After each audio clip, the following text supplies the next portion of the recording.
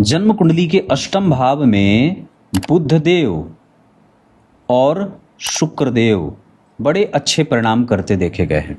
देखे भी गए हैं, मतलब शास्त्रकार ऐसा लिखते हैं। ये मेरा अनुभव नहीं है, ये मैं अपने शास्त्र के आधार पर जो मैंने पढ़ा है, जो गुरुजनों के द्वारा मुझे सिखाया गया है, उसको मैंने ये बताया है।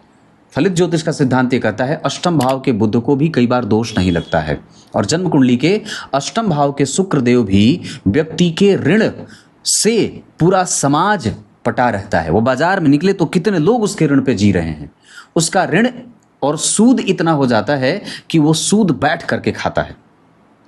वो अपनी संपत्ति अपने पूर्वजों के द्वारा चाहे उसको शून्य मिला हुआ हो, पर जिसकी कुंडली में अष्टम भाव में शुक्र होते हैं, उसके पीछे के जितने भी प्रेडेसेसर होते हैं, जो इतने उसके वंश के लोग होते हैं, उसकी संपत्ति बैठे बैठे खाते हैं।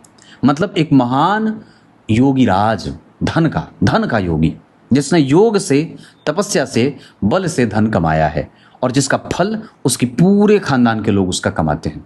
ठीक उसी तरीके से बुध धन के मामले में तो चलो ठीक ठाक होते हैं, पर इनके ज्यादातर अच्छे परिणाम शत्रु और विषम परिस्थितियों से निपटने में लाभपूर्वक देखा गया है।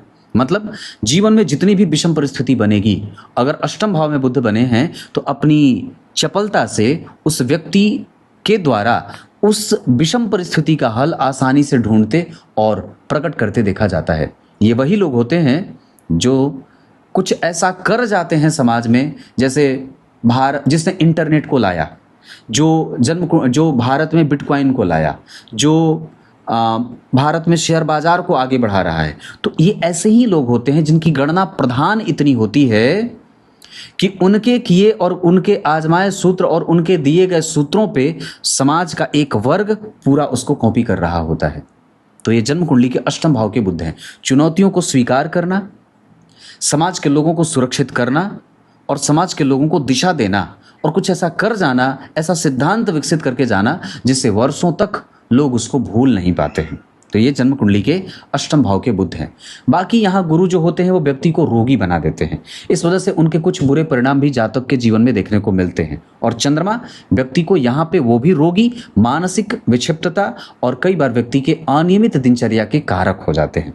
इस वजह से कहने को तो 4 शुभग्रह हैं, पर वस्तुतः यहाँ पे 2 शुभग्रह अच्छे परिणाम करते हैं और 2 शुभग्रह थोड़े बुरे भी परिणाम करते हैं।